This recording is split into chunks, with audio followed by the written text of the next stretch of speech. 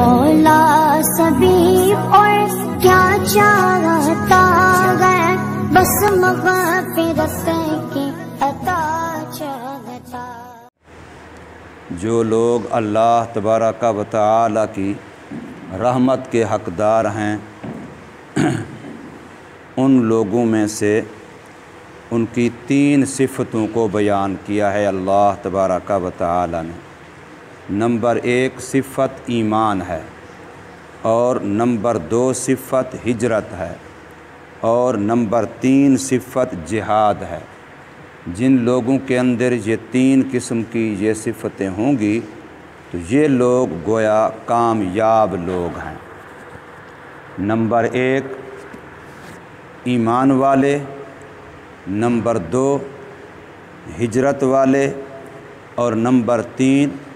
جہاد والے۔ یہ صفتیں جن لوگوں کے اندر ہوں، یہ لوگ اللہ تبارک و تعالی کی رحمت کے حقدار ہیں، اور ان کے لیے سابقہ گناہوں کی بخشش ہے، اور ان کے لیے اللہ تبارک و تعالی کی طرف سے اعمال سے زائد اپنا فضل، اجر و ثواب، جنت اور جنت کی نعمتیں، اللہ تعالیٰ کا دیدار اور اللہ تبارک و تعالیٰ کی لقاء اور ملاقات ہے۔ پچھلی آیات کریمہ میں یہ بات آئی تھی کہ صحابہ کرام رضوان اللہ تعالیٰ علیہم اجمعین کا وہ 12 افراد پر مشتمل مہاجرین کا لشکر، جس نے مقام نخلہ پر کافروں سے جنگ کی تھی، اور ان کا ایک بندہ ان سے یکم رجب کو مارا گیا تھا، جو کہ حرمت والے مہینوں میں سے ایک ہے۔ تو پھر اس پر کافر لوگوں نے طعن و تشنیع اور اعتراضات کیے تھے، تو ان لوگوں کو بھی پتہ چل گیا کہ واقعی ہم سے ہوئی تو غلطی ہے، اگرچہ خطان ہوئی ہے، سہون ہوئی ہے، لیکن وہ دن تو ایسا تھا جس میں ہمیں لڑائی نہیں کرنی چاہیے تھی۔ تو ان کو پھر یہ احساس اور خیال تھا کہ کہیں ایسا نہ ہو کہ ہمیں اس لڑائی کا ثواب نہ ملے، اور حدیث پاک میں آتا ہے جب یہ پتہ چل گیا تو مال غنیمت جو آیا تھا وہ بھی ویسا رکھا رہا، اس کو تقسیم نہیں کیا، کہ اللہ تعالیٰ کا جب تک کوئی حکم نہ آئے اس کے بارے میں کہ بھی یہ سفر، یہ جہاد، اس کا اندر مال غنیمت، یہ اس کا کیا حکم ہے، جب تک اللہ کی طرف سے ہدایات نہ آئیں تو ان کو تقسیم نہیں کیا، بلکہ اپنے پاس رسول اللہ صلی اللہ علیہ وسلم نے رکھے رکھا۔ جب قرآن مجید کی یہ آیات کریمہ نازل ہوئی کہ جو لوگ ایمان والے ہیں اور انہوں نے ہجرت کی، اب ظاہر ہے یہ 12 کے 12 صحابہ مہاجرین تھے، یہ وہ تھے جو مکہ مکرمہ سے ہجرت کر کے مدینہ طیبہ آئے تھے، یہ سارے مہاجرین تھے، تو ان کے اندر ایمان والی صفت بھی موجود تھی اور ہجرت والی، مہاجر ہونے والی صفت بھی موجود تھی، اور جہاد والا عمل بھی موجود تھا۔ تو اب اللہ تبارک و تعالی نے ایسے لوگوں کے بارے میں فرمایا کہ اولئک یرجون رحمت اللہ، یہ لوگ اللہ کی رحمت کے حقدار اور صحیح معنوں میں امیدوار ہیں۔ تو اب رسول اللہ صلی اللہ علیہ وسلم نے ان کو بشارت دی کہ تمہارا جہاد والا یہ سفر بھی قبول ہے، اور مال غنیمت بھی تمہارے لیے جائز و حلال ہے، لہٰذا اس مال غنیمت کا 5واں حصہ پہلے نکالا گیا، جو کہ رسول اللہ صلی اللہ علیہ وسلم کی ثواب دید پر تقسیم ہوتا ہے، غرباء، یتما اور اہل بیت میں، اور 4 حصے جو ہیں وہ انہی مجاہدین کے اندر تقسیم کیے جاتے ہیں جنہوں نے یہ مال غنیمت حاصل کیا ہو۔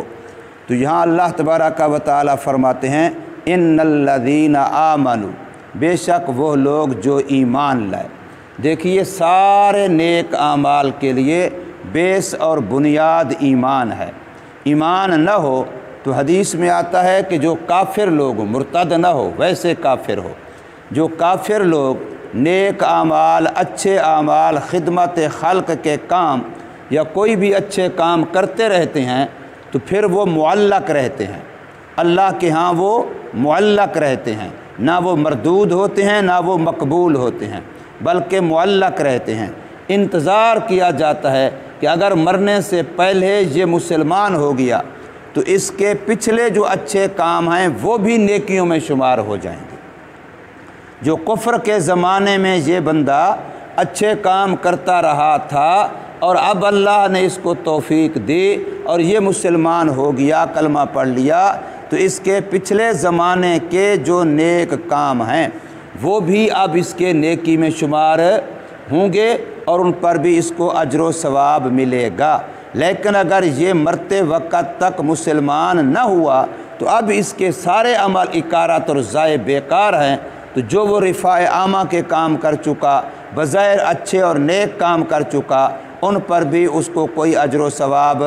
نہیں ملے گا۔ ہمارے بہت سارے مسلمان کافروں کی بڑی تعریفیں کرتے پھرتے ہیں، وہ جی بڑی خدمت خلق کرتے ہیں، بڑا غریبوں، یتیموں، مسکینوں کا، کمزوروں کا خیال کرتے ہیں، اللہ کی مخلوق پر رحم کرتے ہیں، بڑا یہ کرتے ہیں، رفاع عامہ کے کام کرتے ہیں، ان کی بڑی NGOs کام کر رہی ہیں اور بہت سارے ہسپتال قائم کیے ہوئے ہیں اور بڑا یہ کرتے ہیں وہ کرتے ہیں۔ تو یاد رکھیے ایمان کے بغیر کوئی عمل بھی کسی کھاتے کا نہیں ہے، اس لیے سب سے بڑی دولت ایمان ہے، اور یہ نیک اعمال کی قبولیت کے لیے ان پر اجر و ثواب ملنے کے لیے شرط ہے۔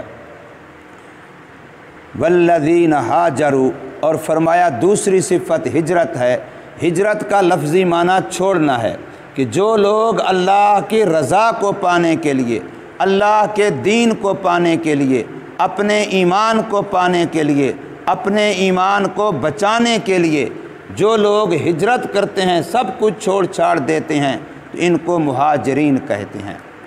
ان کو مہاجرین کہتے ہیں۔ یہ ہجرت ہے، اور ہجرت فتح مکہ سے پہلے فرض تھی۔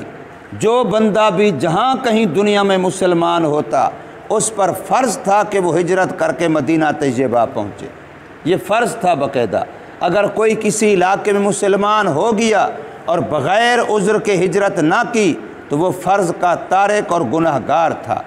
اس لیے ہر مسلمان جس نے جہاں کہیں کلمہ پڑھا اس کو مدینہ میں آنا، ہجرت کرنا فرض تھا۔ لیکن جب اللہ نے مکہ مکرمہ کو فتح فرما دیا تو پھر رسول اللہ صلی اللہ علیہ وسلم فرمایا لا ہجرت، اب ہجرت نہیں ہے، ولیکن جہاد و نیہ، لیکن آج کے بعد کفر کے خلاف جہاد ہوگا، اور نیت یہ ہوگی کہ اگر کہیں کبھی ضرورت پڑ گئی ہمیں اپنا گھر بار، بچے بیوی، کاروبار، وطن علاقہ چھوڑنے کی تو ہم چھوڑ دیں گے، یہ نیت فرض رہے گی۔ آج بھی یہ نیت فرض ہے۔ ہم مسلمان جہاں کہیں دین پر عمل کریں گے تو دل کے اندر یہ نیت مصمم رکھیں گے کہ ہمارا مال، ہماری جان، ہمارے بیوی بچے، ہمارا کاروبار، ہمارا مال، اگر بالفرض والمحال ایسے حالات بن جائیں زندگی میں کبھی کہ ایک طرف ایمان ہو، ایک طرف جان ہو، ایک طرف ایمان ہو، ایک طرف گھر بار ہو، ایک طرف ایمان ہو، ایک طرف کاروبار اور مال ہو، تو ہم سب کچھ قربان کر دیں گے، چھوڑ دیں گے، لیکن ایمان سے دستبردار نہیں ہوں گے، ایمان پر کوئی کمپرومائز اور سودا بازی نہیں کریں گے۔ پیچھے واقعہ گزرا تھا کہ صحابی رسول ہجرت کر کے جا رہا ہے، مکہ مکرمہ سے نکلا ہے، اکیلا ہے، آگے کافروں نے راستہ روک لیا ہے اور انہوں نے ان کو جانے سے منع کیا، لڑائی کرنا چاہتے ہیں، تو انہوں نے وہاں ان کو اعلان کیا کہ دیکھو میں بڑا تیر انداز ہوں، میرا تیر خطا نہیں کرتا، میں تیروں سے لڑوں گا، جب وہ ختم ہو جائیں گے پھر تلوار سے لڑوں گا، تمہارے کئیوں کو مارنے کے بعد اگر تم میرے اوپر قابو پا لو گے پھر جو تمہارا جی چاہے کر لینا، لیکن اپنا بہت بڑا نقصان کرا لو گے، اس لیے اگر تمہیں مال چاہیے، میرا مکے میں جو مال رہ گیا ہے میں تمہیں اس کی رہنمائی کرتا ہوں، نشانی بتلاتا ہوں، جا کے وہ لے لو اور مجھے جانے دو۔ جب وہ اس سودے پر راضی ہو گئے تو اس نے مال دے دیا، ایمان بچایا اور مدینہ طیبہ چلا گیا، تو اللہ نے حضور صلی اللہ علیہ وسلم کو پہلے وحی بھیجی کہ یہ تیرا صحابی جو آ رہا ہے یہ بڑی نفع والی تجارت کر کے آ رہا ہے۔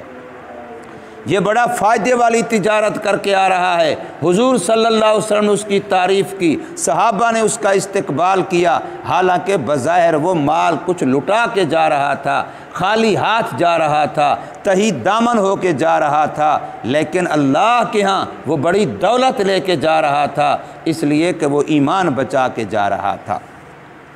اور تیسری صفت فرمایا وجاہدوا، جہاد کیا ہو انہوں نے۔ جہاد اللہ کے راستے میں مجاہدے کو کہتے ہیں، مشقت کو کہتے ہیں، قربانی دینے کو کہتے ہیں، مال جان وقت لگا دینے کو کہتے ہیں، اس کو جہاد کہتے ہیں۔ اب جہاد 3 طاقتوں کے خلاف ہوتا ہے، یاد رکھیے۔ نمبر 1، جو کفار ہیں ان کے خلاف جو میدان میں برسر پیکار ہو، ایک یہ جہاد ہے، اور ایک جہاد شیطان اور شیطانی خیالات اور وساوس جو انسان کے اندر آتے ہیں، شیطان جو اس کے مقابلے میں کھڑا ہوتا ہے، شیطان اور شیطانی قوتیں، ان کے مقابلے میں لڑنا، ان کے مقابلے میں ہمت کرنا، یہ جہاد ہوتا ہے۔ اور تیسرا نمبر جہاد ہوتا ہے اپنے نفس کے خواہشات کے خلاف، کہ انسان کے اندر میں جو طبیعت کے تقاضے، جو طبیعت کی چاہتیں، جو طبیعت کی خواہشات خلاف شریعت ہوتی ہیں،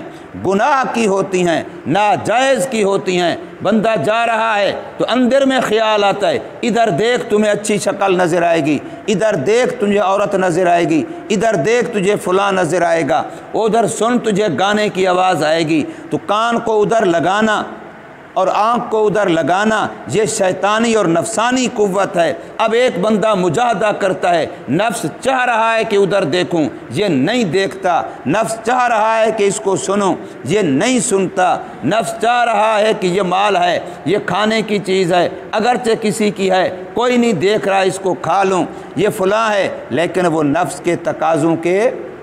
خلاف ہمت کرتا ہے۔ جیسے صبح کی اذان ہوتی ہے، اعلان ہوتا ہے، نماز کا وقت ہوتا ہے، آنکھ کھل جاتی ہے، اب ایک طرف طبیعت کا تقاضا ہے، جی تھکا ہوا ہوں، وہ جی آرام آ رہا ہے، بڑی نیند آ رہی ہے، ٹھنڈی ہوا لگ رہی ہے، پنکھا چل رہا ہے، کولر چل رہا ہے، اے سی چل رہا ہے، اب آرام آ رہا ہے۔ نفس کا تقاضا تو یہ ہے کہ سویا رہے، اور شیطان بھی تھپکیاں دیتا ہے کہ سویا رہے، لیکن اب ایک بندہ ہمت کر کے اٹھ جاتا ہے، تو جب اٹھتا ہے اب یہ نفس کو بھی لات مارتا ہے، شیطان کو بھی لات مارتا ہے، تو یہ جہاد کر کے آتا ہے، یہ مجاہد ہے۔ حضور صلی اللہ علیہ وسلم کے بارے میں حدیث پاک میں آتا ہے، اپنی بیوی کے ساتھ ایک ہی بستر پہ سوئے، اپنی بیوی کے ساتھ ایک ہی بستر پہ سوئے، بیوی کچھ باتیں کر رہی ہے، آپس میں باتیں کر رہے ہیں، یکدم رسول اللہ صلی اللہ علیہ وسلم اٹھتے ہیں، کہتے ہیں چھوڑ عائشہ، مجھے اپنے رب سے باتیں کرنے دے، اور اس وقت اٹھ کے وضو کر کے مصلی پہ کھڑے ہو جاتے ہیں۔ اب یہ ہے جہاد کہ انسان کی طبیعت چاہ رہی ہے، نفس چاہ رہا ہے کہ بیوی پہلو میں ہے، میں اس کے ساتھ باتیں کرتا رہوں، اپنے جی کو بہلاتا رہوں، لیکن ایک ہے کہ ایمان کا تقاضا ہے، اللہ کی محبت کا تقاضا ہے، تو فوراً فرماتے ہیں چھوڑ عائشہ، مجھے اٹھنے دے، میں نے اپنے رب سے باتیں کرنی ہیں، اور وضو کر کے مصلی پہ کھڑے ہو جاتے ہیں۔ تو یہ 3 قوتوں کے خلاف یاد رکھیے جہاد ہوتا ہے۔ پھر جہاد زبان کے ساتھ بھی ہوتا ہے، جہاد قلم کے ساتھ بھی ہوتا ہے، جہاد تلوار کے ساتھ بھی ہوتا ہے، یعنی جو اسلحہ جس زمانے کا ہو اس کو اس کفر کے خلاف، نفس کے خلاف، جہاد کے خلاف، اپنا شیطان کے خلاف استعمال کرنا، یہ بھی جہاد ہے۔ اور قلم کو استعمال کرنا، زبان کو استعمال کرنا اعلاء کلمات اللہ کے لیے، نفس اور شیطان کی مخالفت میں ان کے منصوبوں کو تار تار کرنے کے لیے، یہ بھی جہاد ہے۔ تو فرمایا جو لوگ ایمان لائے اور جنہوں نے ہجرت کی اور جہاد کیا فی سبیل اللہ، اللہ کے راستے میں، اولئک یہی لوگ ہیں یرجون رحمت اللہ، جو اللہ کی رحمت کا یقین بھی رکھتے ہیں، استحقاق بھی رکھتے ہیں، امید بھی رکھتے ہیں، اور اللہ تبارک و تعالیٰ کے ہاں یہی حقدار بھی ہیں۔ واللہ غفور الرحیم، ایسے لوگوں کے لیے اللہ بڑا بخشنے والا اور بہت زیادہ رحم کرنے والا ہے۔ اللہ پاک ان کے سابقہ گناہ بھی معاف کر دیتے ہیں، اور اپنی رحمت سے ان کے دامنوں کو، جھولیوں کو بھر بھی دیتے ہیں۔ اللہ تبارک و تعالی ہمیں توفیق عمل عطا